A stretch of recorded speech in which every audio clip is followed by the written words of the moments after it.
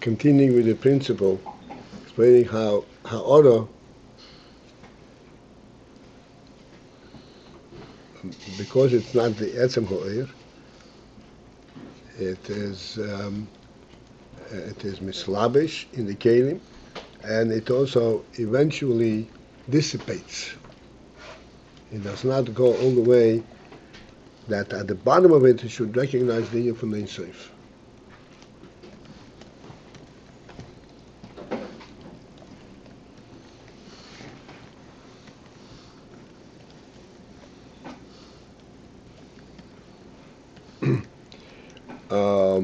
Okay, we are fourth line from the top of Memtes.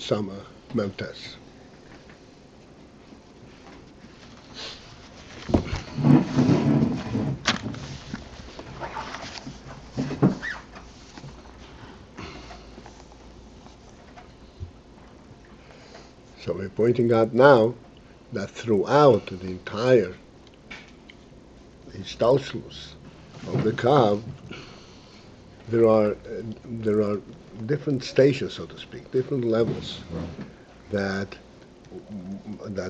as it descends, the higher madrega is dissipates.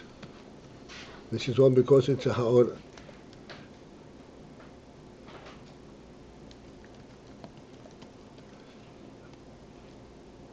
So we have 4 lines from the top, beginning with kulhi. V'gam ha-arah zakav. So Ba'atzilus we said, in contrast to Eilam Uso Ein Sof, there's only ha-arah zakav, meir ha-arah zakav. But even ha-arah zakav mistayim bebchinas malchus Atzilus, ends in the inner of malchus Atzilus.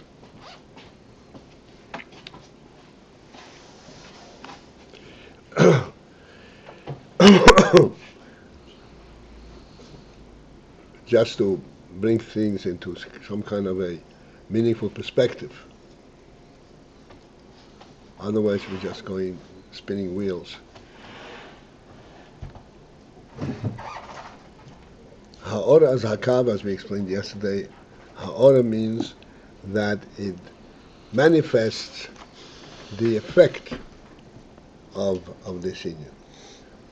Ha-arah so Ein Sof is manifest Inyan from the Ein Sof, even though it is not in itself Ein Sof, but it reveals an Inyan of Ein Sof. Same thing, ha-arah hakav means that even though the kav itself, the oil hakav itself, is not made in Atzilus. In Eilam or Ein Sof, this is what the oil hakav is, and in Atzilus, there is only ha-arah hakav. But what is it? Ha-arah hakav.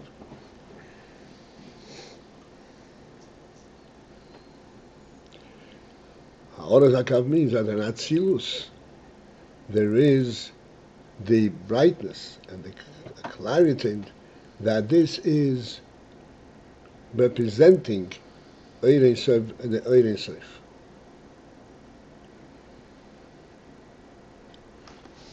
Even though in Atzilus there are the Kelim, there is Sfiris, but everywhere in Atzilus it is all representative. The reason there is this Sfiris is because it's representative of Ein Sof. This is ha-arah hakav. To whatever extent we will understand it, just wanted to put it in perspective. V'gam ha-arah hakav mistayim v'chinas malchus atzilus. And then ha-arah hakav itself is mistayim in the union of malchus atzilus.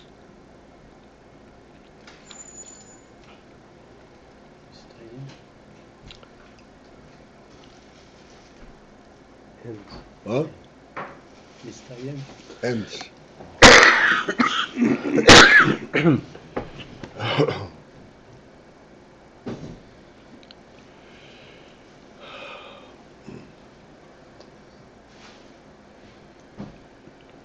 I believe it.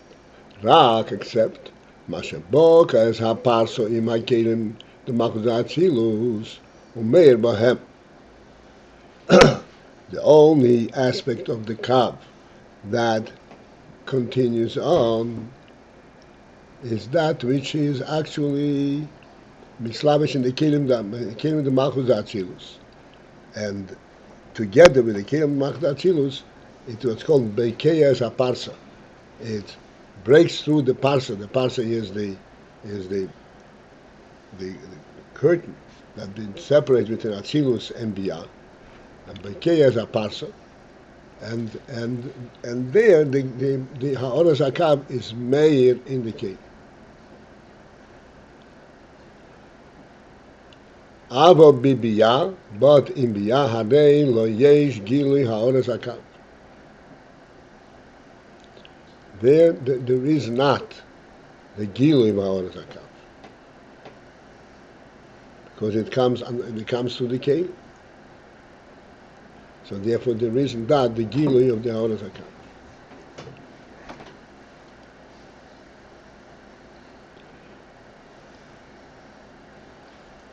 So let us stop for a moment,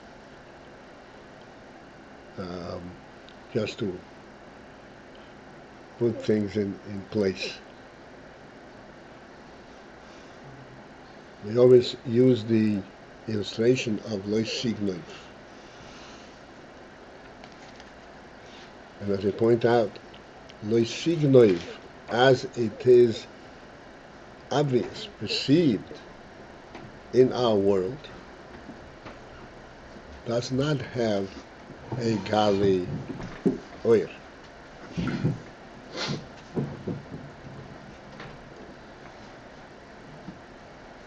And it's completely mislabesh, so to speak, in the kelim of the world. Nevertheless, in a distant sense, there is a ha-arah of that. Because this rule itself of lo signoi is rooted in the fact that there is a godly source for the soul, for all that exists. It is not begilui. What the sense is the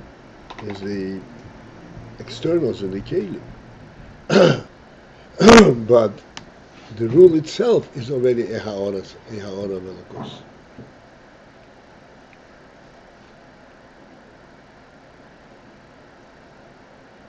Because, to put it simply, amongst animals there is no such rules.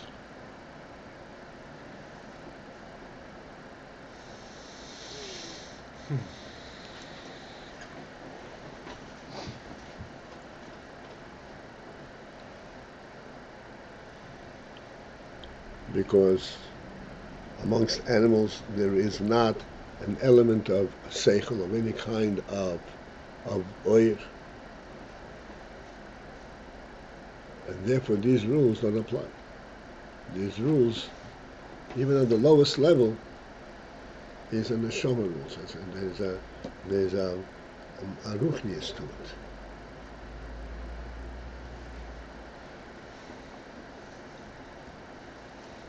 So gilui ha-arah hakav there is not, but the presence of the ha-arah hakav there is. That's what through malchus, the atzilus is mislabesh in kelim, and through that it becomes present in the biyah.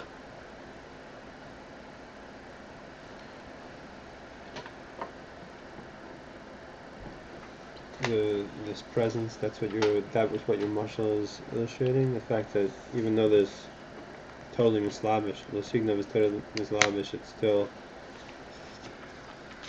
coming from a godly source, and it's still something that.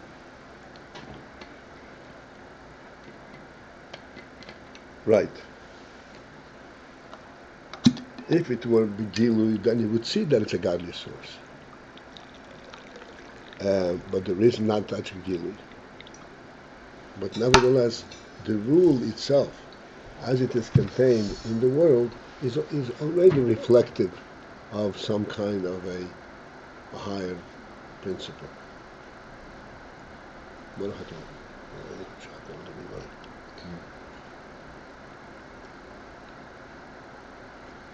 The fact that animals don't have this, the ultimate root is that there's one owner to the entire. There's only one owner, right? The lo signav, it's impossible to. Yeah. Why is that only applied to the human domain? Because in order to sense this one owner, you have to have a much higher sensitivity than just a physical presence.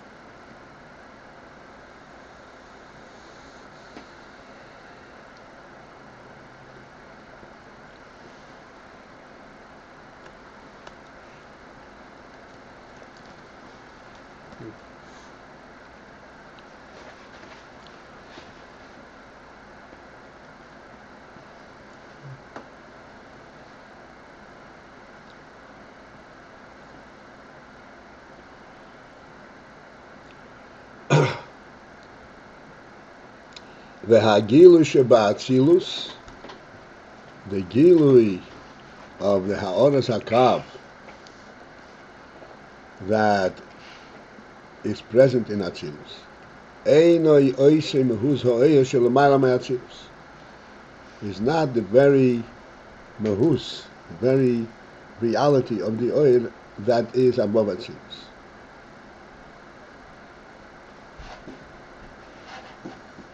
והגם שאינו מהוס אחר. Right, here we'll be able to follow some kind of a back and forth play, but we have to still sense it. Hagam she'eino mehus hagacher, although it is not a different mehus, a mehus from elsewhere. Mehus acher means a mehus from elsewhere. The Komo came still, Einoi Gamkein Oisei HaMahus. And yet, it is also not the very same Mahus. Because Shekos B'Mokimach.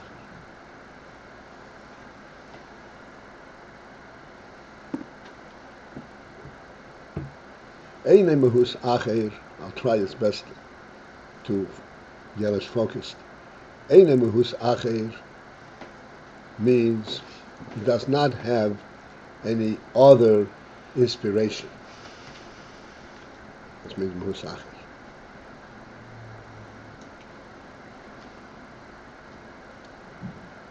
Any other source. But still, Einoi Gamkin Eisei HaMahus, but it is not, neither is it the very same Mahus, the very same principle, the very same clarity, as it is above Atzilus. Which is possible Mokim Acher. Didn't you say that it's the ha-arah? Huh? In Atzilus, it's the ha-arah of the Kav. It's the ha-arah of the Mahus. The mind on the Atzilus.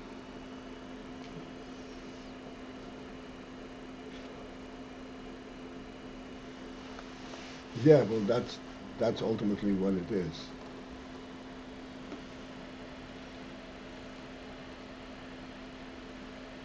The thing is, and the reason Rabbi does not put it in this way, says that this is ha-arah of that mahus, which in fact it is, but a ha-arah, as we explained, ha-arah means that it brings to bear that principle, but only in a ha-arah, only the functional aspect of it. but the very same principle is present. It's with the ha-arah. That's a lot easier to relate to. That it's not the same mahus, but it's not a mahus. I understand, but it's easier to relate to it. It's not exactly the message that the Rebbe is trying to give you. Because he's saying, Eino Yesei HaMahus. If it were ha-arah, it would be Yesei HaMahus.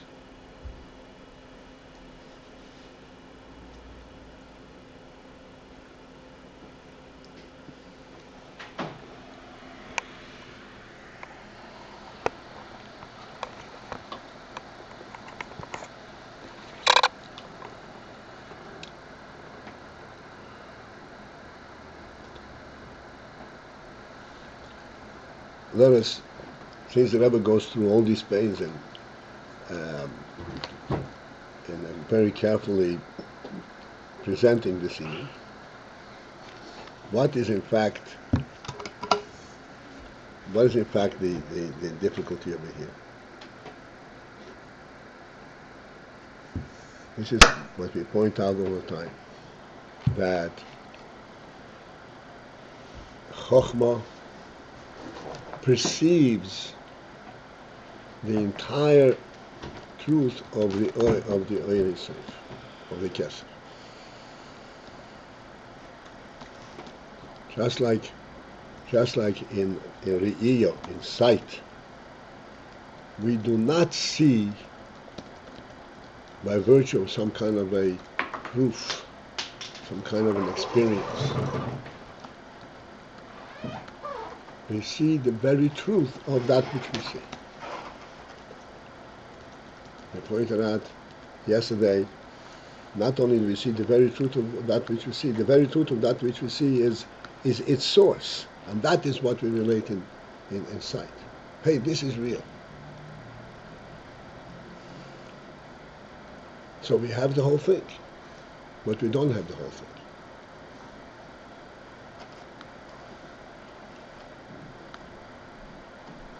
And if we don't have the whole thing, as we pointed out yesterday also, sight is a wonderful thing. Chochmah is phenomenal, but ratzon and oneg, that's the real thing,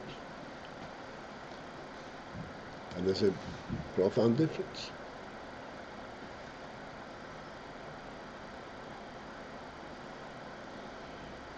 Chochmah brings life. Ratzon and oneg is life.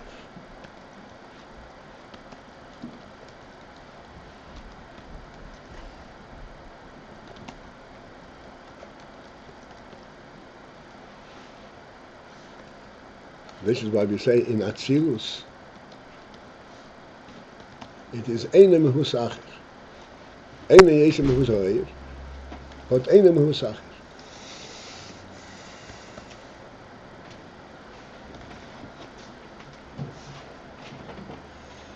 So in this principle that we've just now discussed,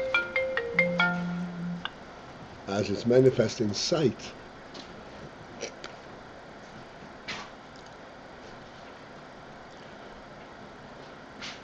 step off for a second from sight into a different level. Touch touches the object, the tangibility of the object, not its reality, not its purpose, not its source. It touches the tangibility of the object.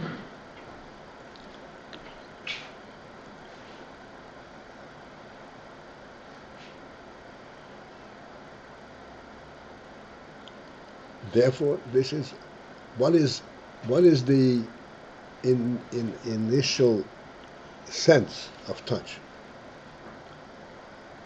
What instigates it? The fact that there is something here blocking my hand. Therefore, it is totally mehus acher. Doesn't relate to the source; it relates to its own source. Sight, although I'm also seeing this, but what inspires my looking at it? What does it talk to me about? Talks to me about what it's about. Why did Yankel Todos put it here? You know what I'm saying? It's a different. It is the same mahus. It's not a mahus acher. But Einu Eisha mahus.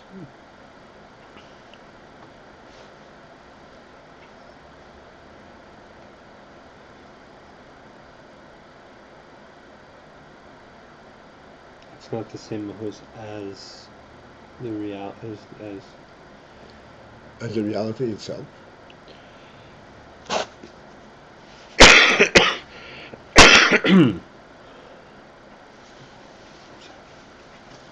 You're observing it.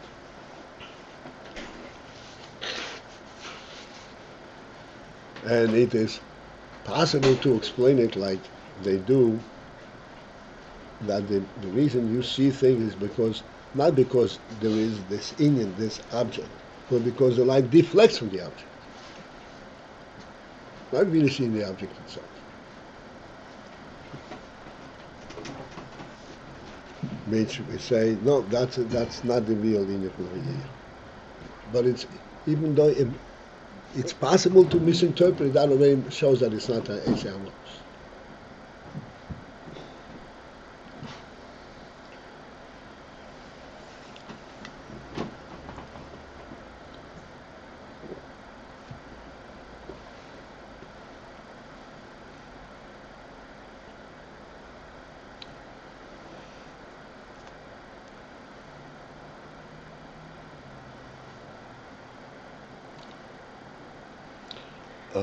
In the mashal, the real thing would be the object itself, or Yankel putting it there. In other words, The truth of the subject. But what does it stand for? what does it stand for?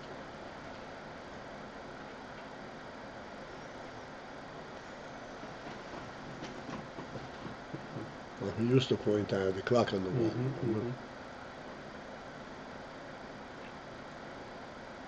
It's a clock on the wall. The clock on the wall is not a clock. It's a human presence.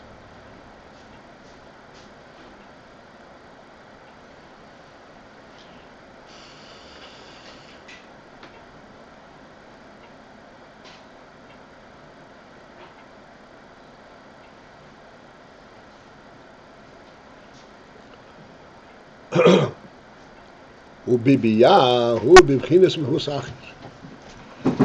Then when it goes down to biyah, from Atzilus, there it is literally bibchinas mehus acher. The whole initial presence in biyah is a completely different one than Atzilus.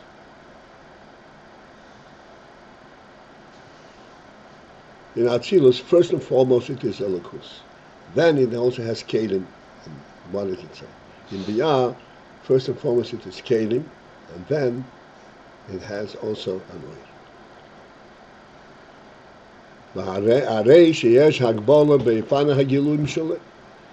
Thus we see that there are boundaries in the manner that the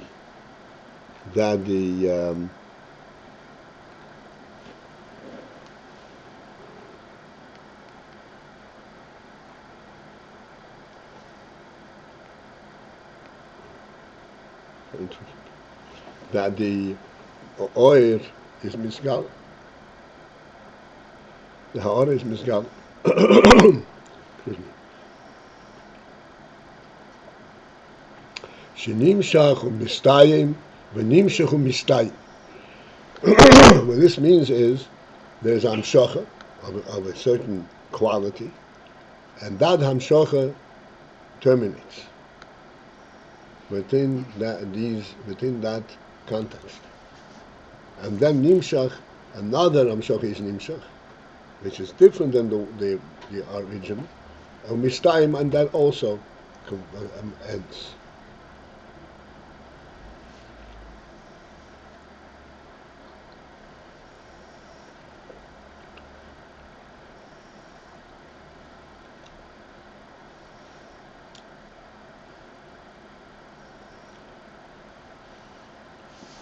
So this inyan that Rebbe is saying, nimshechu mistayim, nimshechu mistayim,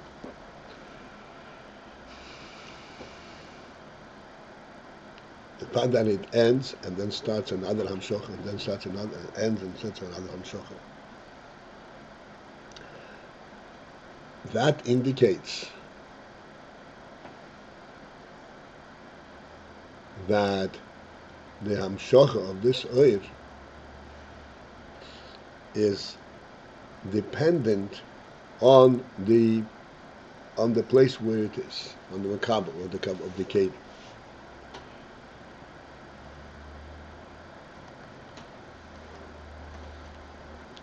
Because oil in itself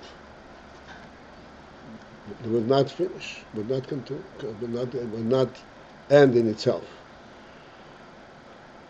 The reason that it ends is because the whole hamshocha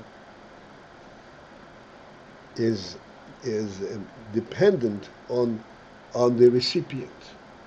To what extent it is accepted and recognized. This is the from ha-arah. Ha-arah has no presence of its own. Ha-arah is the effect of it, the functional effect of it. And therefore, this time,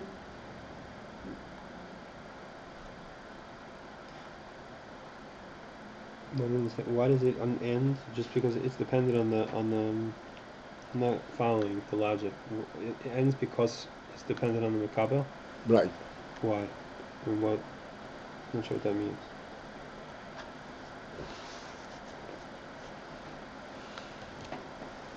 But the makabel doesn't have the canon to continue to receive indefinitely.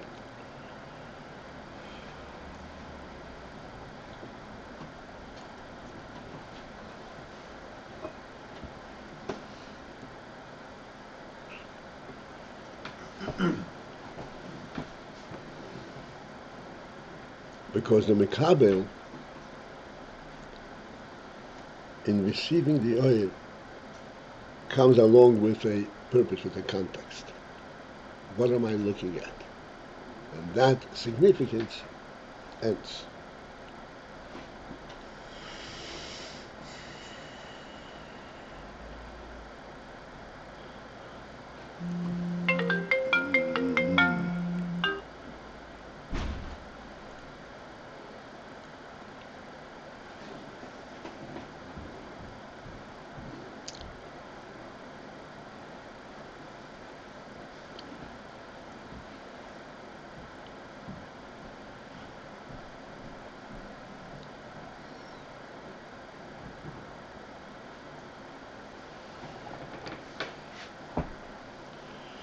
How to get a hold of this.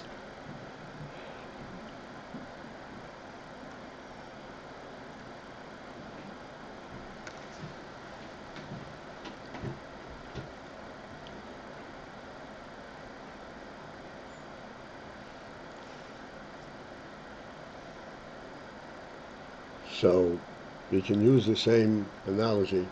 We have Chochmah and Bina. So there is ha-arah, hakav in Chochmah, and then there is ha-arah, hakav in Bina. Bina is a continuum from Chochmah, but Chochmah has a first stop in order for Bina to be able to receive its own.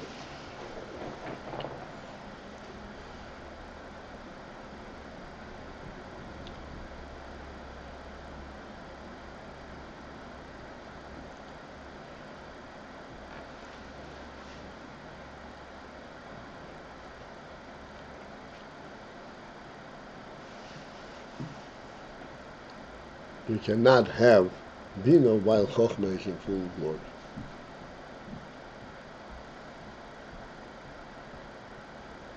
So therefore, Nimshach u'mistai. The reason there is that requirement is that the Yin of Chochmah, pardon me, is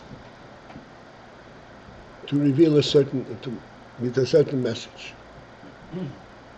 The Yin of Bina is with a certain message.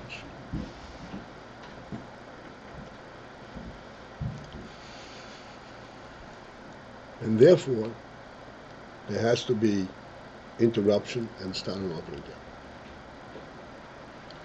If the oil is representing only the essence of the oil, then there would not be that requirement.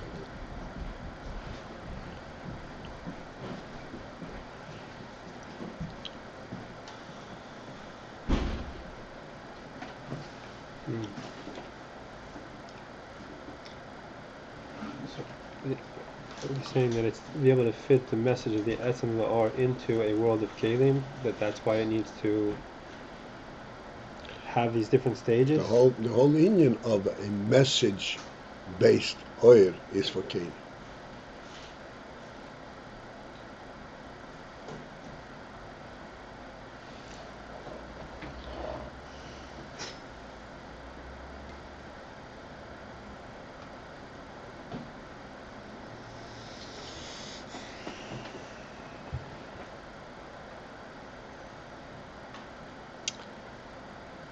All right, we'll have to stop now and pick it up tomorrow.